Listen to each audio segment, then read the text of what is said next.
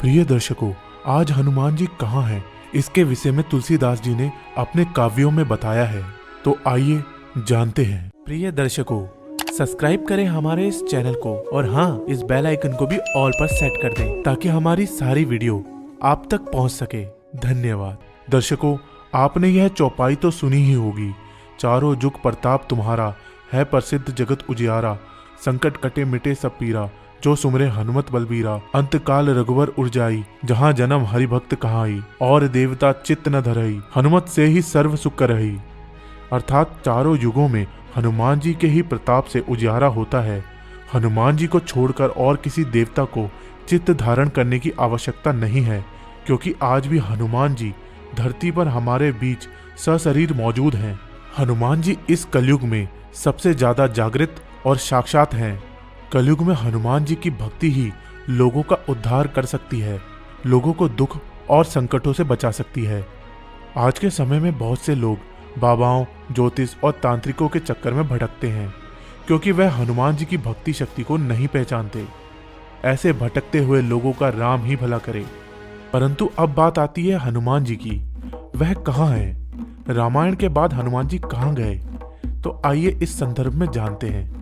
इस विषय में तुलसीदास जी कहते हैं, यत्र तत्र रघुनाथ कीर्तन, तत्र कृत्र मस्तकांजलि। अर्थात कलयुग में जहाँ जहाँ भगवान श्री राम की कथा कीर्तन इत्यादि होती है, वहाँ वहाँ हनुमान जी गुप्त रूप से विराजमान रहते हैं। माता सीता के वचनों के अनुसार, अजर अमर गुण निधि सुत होऊ, करहु बहुत रघुनायक छहाऊ। यदि कोई मनुष्य पूर्ण श्रद्धा और विश्वास से इनका अक्षय ग्रहण कर ले, तो तुलसीदास जी की तरह ही भक्ति से वह हनुमान और राम दर्शन कर सकता है।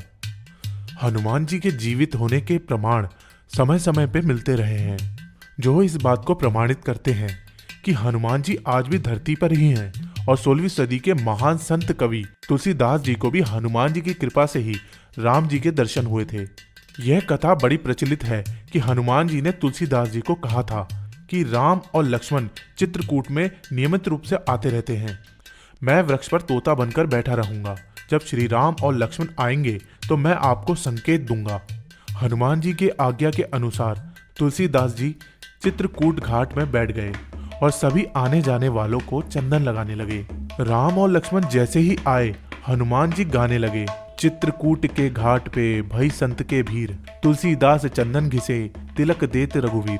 हनुमान जी के ये वचन सुनते ही तुलसीदास जी प्रभु राम और लक्ष्मण को निहारने लगे। इस प्रकार तुलसीदास जी को राम जी के दर्शन हुए। प्रिय दर्शकों, माना जाता है कि हनुमान जी कलयुग में गंधमादक पर्वत में निवास करते हैं।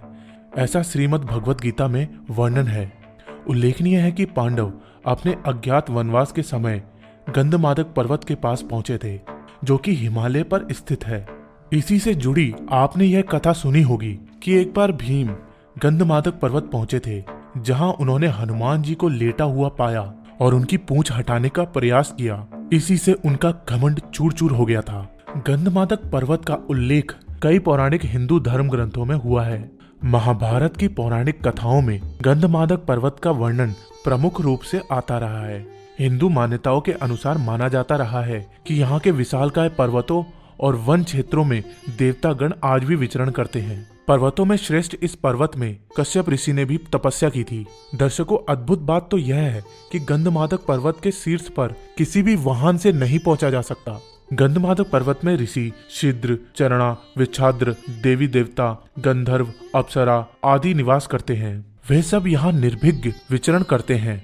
दर्शकों, हम जानते हैं कि आपके मस्तिष्क में अब यह आ रहा होगा कि वर्तमान काल में कहाँ है गंधमादक पर्वत। इसी नाम से एक और पर्वत रामेश्वरम के पास स्थित है, जहाँ से हनुमान जी ने समुद्र पार करने के लिए छलांग लगाई थी। लेकिन हम उस पर्वत की बात नहीं कर रहे हैं। हम बात कर रहे हैं हिमालय के कैलाश पर्वत के उत्तर में स्थित गंधमादक पर्वत की, और दक्षिण में केदार पर्वत है। यह पर्वत कुबेर के राज्य क्षेत्र में था। सुमेरु पर्वत के चारों दिशाओं में स्थित गजदंत पर्वतों में से एक को उस काल में गंधमादक पर्वत कहा जाता था। आज यह क्षेत्र तिब्बत के इलाके में है। पुराणों के अनुसार जम्बू द्वीप के इलाव्रत खंड और भद्र खंड के बीच में गंधमादक पर्वत कहा गया है, जो अपने सुगंधित वनों के लिए प्रसिद्ध है। इस क्षेत्र में 2 रास्तों से जाया जा सकता है। पहला नेपाल के रास्ते मानसरोवर से आगे और दूसरा भूटान की पहाड़ियों से और तीसरा अरुणाचल के रास्ते चीन से होते हुए। संभवतः महाभारत काल में अर्जुन ने असम के एक तीर्थ में जब हनुमान जी से भेंट की थी, तो इसका अर्थ है हनुमान जी भूटान या अरुणाचल के रास्ते ही असम तीर्थ में आए होंगे और चीन के रास्ते होते हुए ही हनुमान जी गंधमादक पर्वत पहुंचे होंगे। इसी कारण चीन के लोग भी आज के समय में मंकी किंग नामक एक हनुमान जी के तरह दिखने वाले दिव्य पुरुष को मानते हैं। तो संभवतः हो सकता है कि वह हनुमान जी ही थे जिन्हें वह मंकी किंग मानते हैं। प्रिय दर्शकों, कलयुग में भी ऐसी घटनाएं होती रही हैं, जिसके कारण हम मनुष्यों को यह पता चला है कि सच में हनुमान जी गंधमादक पर्वत में ही निवास करते हैं। अब हम आपको हनुमान जी की उस दुर्लभ तस्वीर के बारे में बता रहे हैं, जिसके बारे में कहा जाता है कि मानसरोवर की यात्रा के दौरान एक भक्त ने उनकी फोटो अपने कैमरे में कैद कर ली थी। हालांकि